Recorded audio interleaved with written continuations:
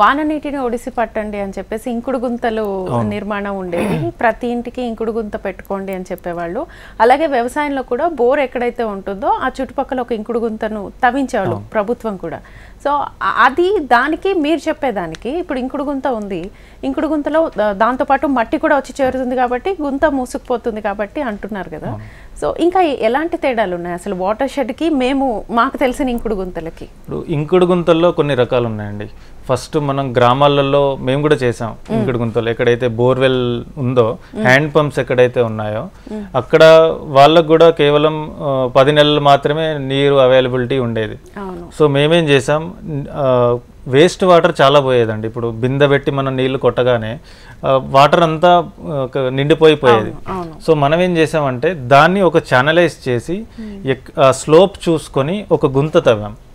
గుంత తవ్వి అక్కడ దాంట్లో కొబ్బరి పీచు, తర్వాత బొగ్గులు వేయడం, ఇటుక రాళ్ళు, తర్వాత ఈ సైజు బండలు వేయడం, దానిపైన ఈ గోనె సంచులతో కప్పేసామండి. సో దానివల్ల ఆ వాటర్ అంతా అందులోకే వెళ్ళి ఆ బోర్కి రీఛార్జ్ లాగా అది పనిచేస్తుంది. సో ఇది ఇంకుడు గుంతలో ఉన్న కాన్సెప్ట్. సో ఇది మన గ్రామాలలో ఉన్నంత వరకు ఓకే అండి. సో ఈ పరిస్థితి ఈ పద్ధతి మేము నబార్డ్ ద్వారా ఒకటి క్లైమేట్ ప్రూఫింగ్ ప్రాజెక్ట్ అని కూడా చేసాం. దాంట్లో ఏం చేసామంటే ఉన్న బావికి, అంటే వ్యవసాయ బావులకి, బోర్వెల్స్కి కూడా ఇలాంటి పద్ధతి మనం అమలు పరిచినప్పుడు కేవలం 10 నెలలు 9 నెలలు వచ్చే నీరు కరెక్ట్ టైంలో అతనికి నీళ్లు ఉండవండి బోర్లో రైతుకి. ఇప్పుడు ఏప్రిల్లో మేలో పంట చేతికి వస్తుంది, ఒక నీటి తడి ఇవ్వాలి, కానీ అలాంటి టైంలో బోర్లో నీళ్లు ఉండాలని పరిస్థితి కొనలేరు, అది పాసిబుల్ కూడా కాదు. వాళ్ళు ఉన్న అందరూ చిన్న సన్నకారు రైతులండి. సో మేమేం చేసాం, బోర్వెల్ రీఛార్జ్ స్ట్రక్చర్స్ అని అదొక సిస్టమేటిక్ ఇంజనీర్స్ డిజైన్ చేసిన స్ట్రక్చర్స్ ఉన్నాయి. సో దాన్ని మనం చేయడం వల్ల వాళ్ళకి త్రూ అవుట్ ద ఇయర్ ఆ బోర్లో నీళ్ళు అనేవి ఉంది. సో మళ్ళీ మేము అది చేయడంతో పాటు మేము ఏం చేస్తున్నామంటే వాళ్ళని ఎడ్యుకేట్ చేస్తున్నాం. ఏదో నీళ్లు ఉన్నాయి కదా అని చెప్పేసి మొత్తం ఎట్లా పడితే అలా పారేయడము, ఇవ్వడము, అదంతా కాకుండా నీకు ఒక పంటకి అసలు ఎప్పుడెప్పుడు వాటర్ ఇవ్వాలి, ఎంత నీరు అవసరం, క్రాప్ వాటర్ బడ్జెట్ అని ఒక కార్యక్రమం చేస్తామండి మేము. సో గ్రామాలందరినీ కూర్చుండబెట్టి ఎవరెవరు ఏం పంటలు వేస్తున్నారు అని చేసి వ్యవసాయ నిపుణులు వాళ్ళందరూ అందులో ఉంటారు. సో ఫర్ ఎగ్జాంపుల్ పత్తి పండటానికి ఎన్నిసార్లు వాటర్ ఇవ్వాలి, ఏ టైంలో వాటర్ ఇవ్వాలి, ఈ ఎడ్యుకేషన్ అనేది వాళ్ళకి ఇస్తాం మేము, అవేర్నెస్ ఇస్తాం. ఎందుకంటే నీళ్ళు ఉన్నాయి కదా అని చెప్పి రోజు ఇచ్చేస్తారండి, అవసరం లేదు. వేరికి నీళ్లు మళ్ళీ ఎక్కడ ఇవ్వాలి, ఏదో ఇలా పైన కొట్టేయడం, స్ప్రే చేయడం అవన్నీ కాకుండా నీరు ఎలా ఇవ్వాలి, రకరకాల పద్ధతులు ఉన్నాయండి. మనం ముందు చెప్పుకుంటాం నీటి పద్ధతులు ఎలా ఉన్నాయి ఏంటి అని.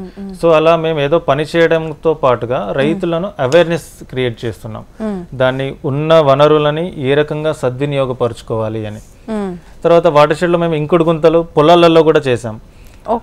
పొలాలలో కూడా చేసాం. అది ఏంటంటే చిన్న పిట్స్, కేవలం 4x4 + 1 మీటర్ డెప్త్తో చిన్న సంకెన్ పౌండ్స్ కానీ ఇంకుడు గుంతలు అని అంటాం. సో దాని ద్వారా ఏంటంటే రైతుకి పరిస్థితి ఎలా ఉంటుందంటే అండి, ఆ రోజు స్ప్రే చేయాలి, దానికి వాటర్ కలపాలి. ఆ వాటర్ కోసం తను 2-3 కిలోమీటర్లు వెళ్ళాల్సిన పరిస్థితి ఉంటుంది.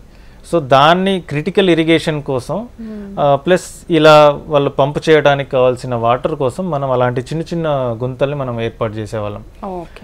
దాన్ని నెక్స్ట్ లెవెల్లోనే వాటర్ షెడ్లో ఫామ్ పాండ్స్ అంటున్నాం. ఇప్పుడు ఫామ్ పాండ్లో కొంచెం పెద్ద స్ట్రక్చర్, అది ఒక 10 మీటర్ల పొడవు వెడల్పు ఉంటుంది, 2 మీటర్ల లోతు ఉంటుందండి. సో దానికి కూడా మనం ఏం చేసాం, పైనుంచి వస్తున్న నీటి ద్వారా మట్టి వచ్చి దాన్ని వితిన్ 1 ఇయర్లో ఆ ఫామ్ పాండ్ నిండిపోయే పరిస్థితి ఉండదు. కాబట్టి మనం ఏం చేసాం, ఇన్లెట్ అండ్ అవుట్లెట్ అని ఆ స్ట్రక్చరే వెల్ డిజైన్డ్ స్ట్రక్చర్ అండి. ఇంజనీర్స్ అందరూ చాలా ఆలోచించి చేసిన స్ట్రక్చర్ అది. సో ఎక్కడి నుంచి అయితే వాటర్ వస్తుందో అక్కడ 4x4తో 4 మీటర్ బై 4 మీటర్తో బండకట్ట నిర్మాణం చేస్తాం. సో ఫస్ట్ వాటర్ రాగానే ఫస్ట్ ఆ పిట్లో పడుతుంది, ఆ బండకట్ట పిట్లో పడుతుంది. అందులోంచి పడి ఎక్సెస్ వాటర్ అంతా ఆ గుంతలోకి పోతుంది.